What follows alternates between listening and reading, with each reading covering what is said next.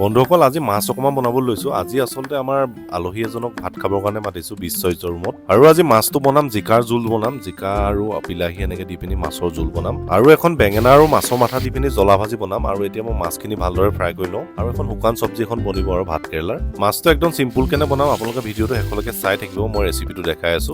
এতিয়া মই ইয়াতে পিঁয়াজ অলপ দি পিনি আৰু আদা, ৰচুন আৰু জলকীয়া গোটেইখিনি ভালদৰে ভাজি লৈছো। অলপ নিমখ দিলো এতিয়া ইয়াতে আলু আৰু জিকাখিনি ভালদৰে ভাজি ল'ব লাগিব। অলপ দেৰি ভজাৰ পাছত এতিয়া ইয়াতে দিম বিলাহীখিনি দি পিনি 5 মিনিটমান ঢাকনা লগাই দিব লাগিব।